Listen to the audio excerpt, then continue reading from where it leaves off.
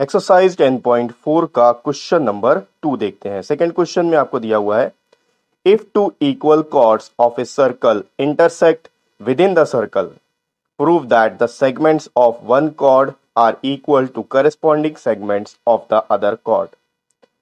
देखो क्वेश्चन में बोल रहा है, एक सर्कल के अगर दो इक्वल कॉर्ड एक दूसरे को सर्कल के अंदर ही इंटरसेक्ट कर रहे हैं तो आप ये प्रूव करो कि वो जो कॉर्ड है उस कॉर्ड के जो सेगमेंट्स हैं करस्पॉन्डिंग सेगमेंट्स आपस में इक्वल है। अब मैं आपको क्लियर कर दूं कि सेगमेंट्स क्या है।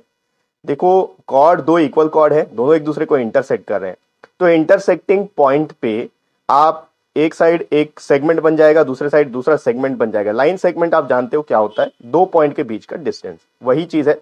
अब ये चीज आपको प्रैक्टिकल तब समझ में आएगा जब अपन व्हाइट बोर्ड में इसका डायग्राम बना के इसको समझेंगे। तो चलिए व्हाइट बोर्ड की तरफ चलते हैं और इस क्वेश्चन को सॉल्व करते हैं।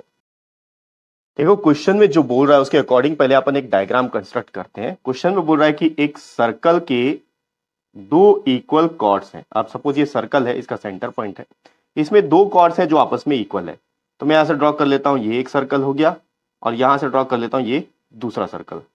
ये थोड़ा सा बड़ा दिख रहा है, ये हो गया दूसरा सर्कल। ठीक है, देखो डायग्राम परफेक्ट नहीं है, जब आप सर्कल अच्छे से बनाओगे कॉपी में तो जो कॉर्ड्स हैं ये भी आपको इक्वल दिखेंगे। अब ये जो दो कॉर्ड्स हैं ये आपस में इक्वल है। मैं नाम दे देता हूं इसमें ए बी सी डी। तो जो गिवन है वो लिखते जाते हैं अपन। ए बी जो है सी डी के इक्वल है, क्वेश्चन में आपको गिवन है। ए बी और सी डी दोनों इस सर्कल के कॉर्ड्स हैं। अब आपको ये प्रूफ करना है कि यहां पर ये इंटरसेक्टिंग पॉइंट है। ठीक है, इसको नाम दे देते हैं ए बी सी डी, ये नाम हो गया समझो ई। आपको ये प्रूफ करना है कि इसके जो सेगमेंट्स है करस्पॉन्डिंग सेगमेंट आपस में इक्वल है। अब सेगमेंट क्या होगा, देखो लाइन सेगमेंट क्या होता है, दो पॉइंट्स के बीच का जो डिस्टेंस होता है इस लाइन को लाइन सेगमेंट कहा जाता है। ठीक है, तो अब यहां पर देखो ये एक इंटरसेक्टिंग पॉइंट है, ये एक इंटरसेक्टिंग पॉइंट है। तो इस कॉर्ड का ये एक सेगमेंट हो गया और इस कॉर्ड का ये एक सेगमेंट हो गया, इसी कॉर्ड का ये दूसरा सेगमेंट है, इसी कॉर्ड का ये दूसरा सेगमेंट है। अब आपको ये बोला कि करस्पॉन्डिंग सेगमेंट्स आपस में इक्वल है, ये प्रूव करना है। करस्पॉन्डिंग सेगमेंट्स, करस्पॉन्डिंग का मतलब एक जैसा, ये इसके जैसा है और ये सेगमेंट इसके जैसा है।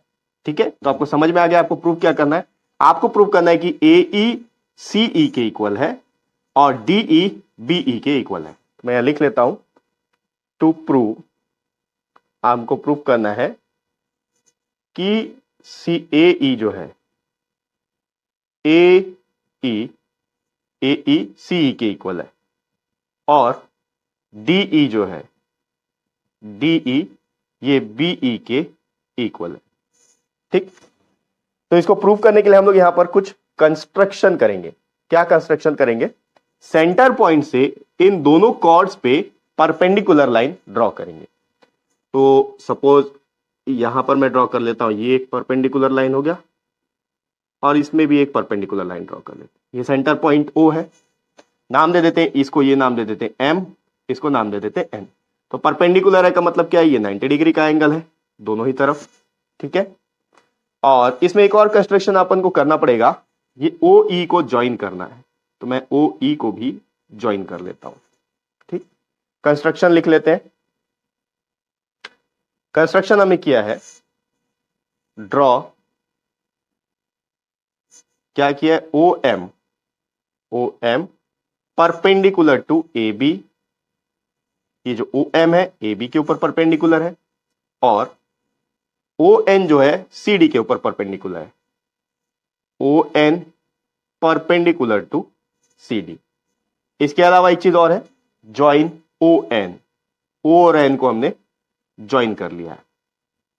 ठीक है, अब यहां पर देखो थ्योरम्स हम लोग इंट्रोडक्शन पार्ट में पढ़ते जा रहे हैं। पिछले एक्सरसाइज का भी थ्योरम, इस एक्सरसाइज का भी थ्योरम, सब कुछ यहां काम आने वाला है। ठीक है, एक थ्योरम है जो ये बोलता है इस सेंटर से किसी कॉर्ड पे अगर परपेंडिकुलर लाइन ड्रॉ किया जाए तो वो उस कॉर्ड को दो इक्वल पार्ट में डिवाइड कर देता है। ओ एम हमने ड्रॉ किया परपेंडिकुलर लाइन ए बी पे, इसका मतलब जो ए बी है दो इक्वल पार्ट में डिवाइड हो गया। कौन कौन सा, ए एम और एम बी। तो ए एम जो है एम बी के इक्वल हो जाएगा। उसी तरीके से O N B C D के ऊपर परपेंडिकुलर है, तो यहां पर दो इक्वल पार्ट में डिवाइड हो जाएगा सी डी, सी एन और एन डी। तो इसको अपन लिखेंगे सिंस ओ एम एंड, ऐसा लिखो, since perpendicular line from centre of circle bisects perpendicular line from center of circle to its chord bisects the chord। ठीक, एक थ्योरम है, theorem number मेरे को एक्चुअली याद नहीं आ रहा है, पर एक ये थ्योरम है कि सेंटर से अगर कॉर्ड के ऊपर परपेंडिकुलर लाइन ड्रॉ किया जाए तो वो कॉर्ड दो इक्वल पार्ट में डिवाइड हो जाता है।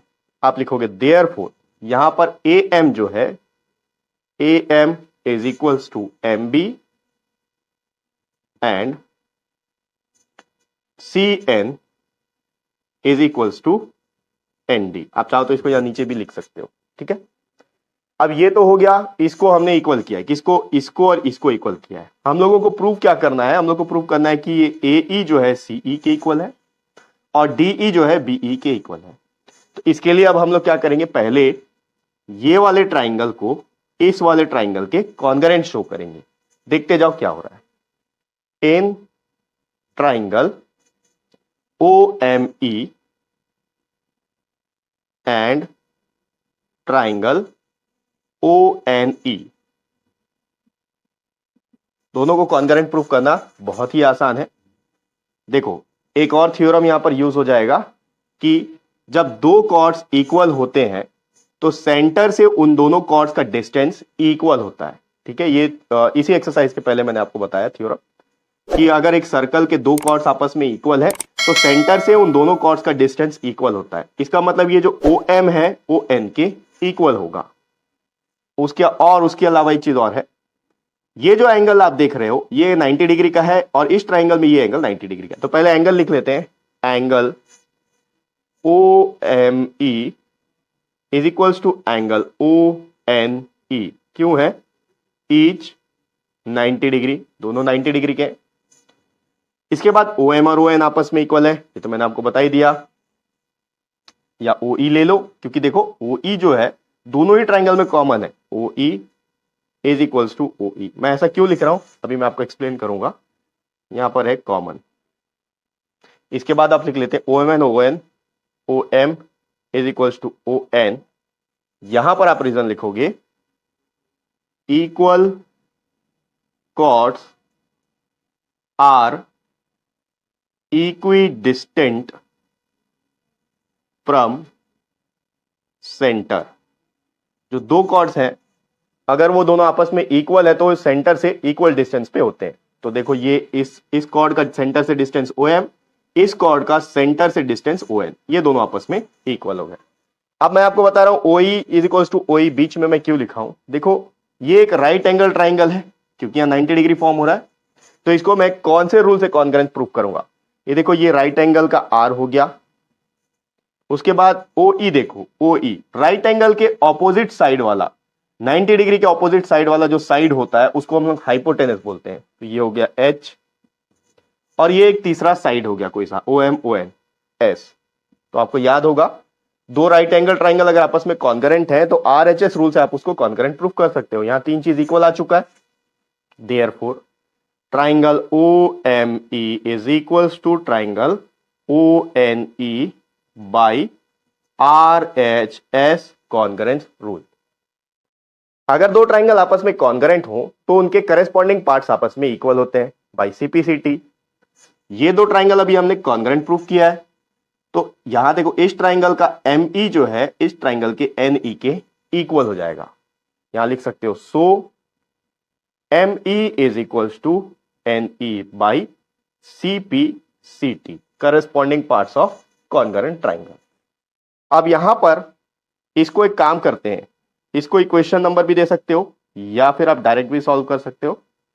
मैं यहां एक काम करता हूं, इसको इक्वेशन नंबर दे देते हैं 1, इसको दे देते हैं 2 और इसको दे देते हैं इक्वेशन नंबर 3।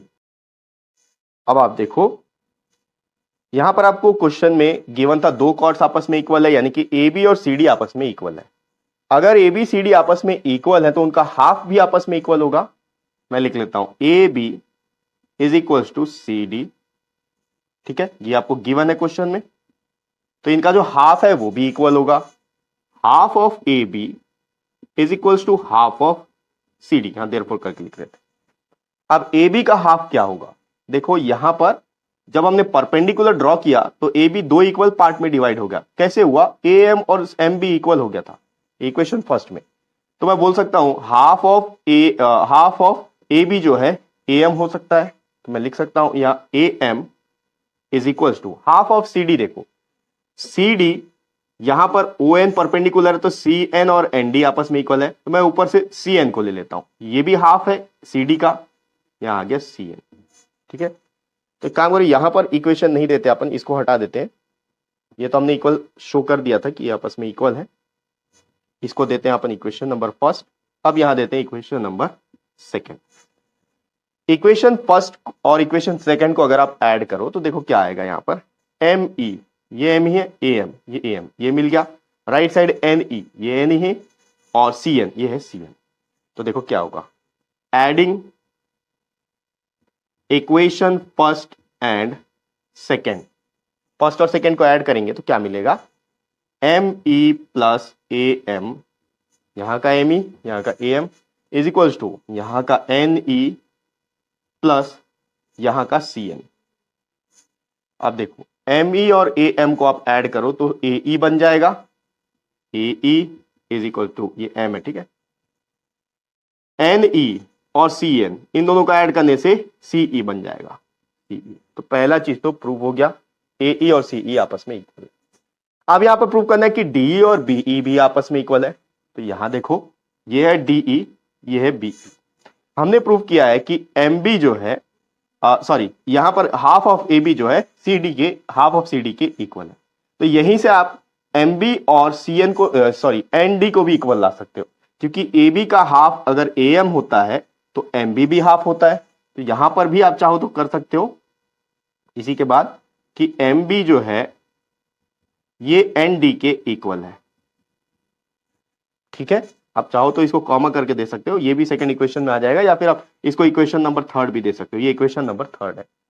अब आप क्या करोगे, अगर मैं एम बी में से एम ई को सब्ट्रैक्ट कर दूं तो मेरे पास क्या बचेगा, बी ई, और अगर एन डी में से एन ई को सब्ट्रैक्ट कर दूं तो बच जाएगा डी ई। वही चीज अपन को प्रूव करना था। तो यहां पर अब हम लिखेंगे subtracting equation number first from equation number 3, इसमें से इसको सब्ट्रैक्ट करेंगे, ठीक है, फर्स्ट को थर्ड से सब्ट्रैक्ट करेंगे। तो देखो यहां क्या है, थर्ड में है M B, left hand side में यहां पर एम ई है minus M E is equal to यहां पर एन डी है माइनस यहां पर एन ई है। अब सब्ट्रैक्ट करो, एम बी में से एम ई को सब्ट्रैक्ट करने पर बी ई बचेगा is equals to N D में से अगर एन ई को सब्ट्रैक्ट करें तो डी ई बचेगा, डी ई। ये था सेकेंड पार्ट का प्रूफ, क्वेश्चन सॉल्व, दोनों चीज प्रूफ हो गया, ठीक है। तो ये हो गया एक्सरसाइज 10.4 का सेकेंड क्वेश्चन, और नेक्स्ट वीडियो में अपन इसका अगला क्वेश्चन देखेंगे। नेक्स्ट वीडियो का लिंक आपको इसी वीडियो के डिस्क्रिप्शन बॉक्स में मिल जाएगा।